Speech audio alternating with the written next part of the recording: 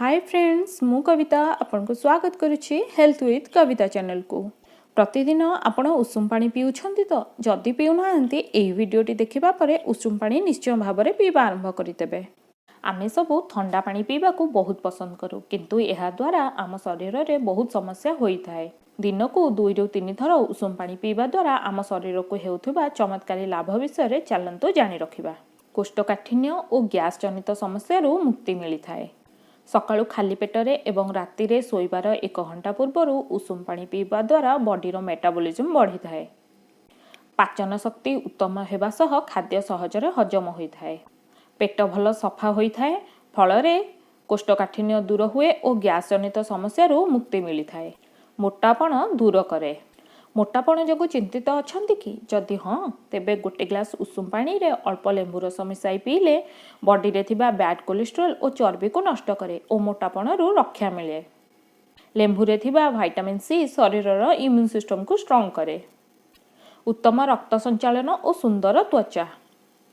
उषुम पानी पीवा द्वारा शरीर रो तापमात्रा वृद्धि होई थाए जहा फल रे झाल बाहरे और शरीर डिटॉक्सिफाई हुए।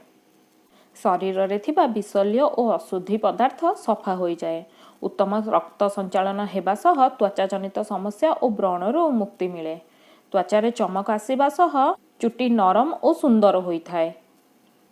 एजिंग प्रोसेस धीमा करी प्रीमेच्योर एजिंग रु रक्षा करे। ठंडा काश और कफ दूर करे।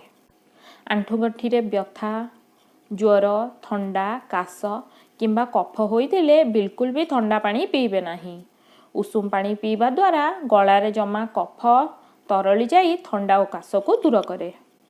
आउ गोटे बहुत जरूरी कथा मन रखंतु जेते बेले भी जो भी मेडिसिन खाउछंती सबु बेले उषुम पानी रे खाइबे।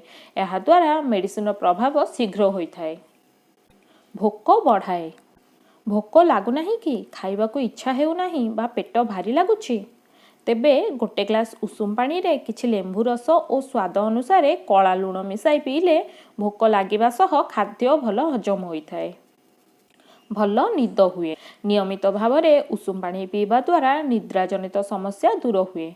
भल निद आसे और शरीर सतेज लागे। उषुम पानी पीवा विषय रे आपनकर मतामत कमेंट करी निश्चय जणाइबे। वीडियोटी को सब्सक्राइब करी पाखरे थिबा बेल बटन रे ऑल ऑप्शन को प्रेस करी लाइक करी नेबे। धन्यवाद।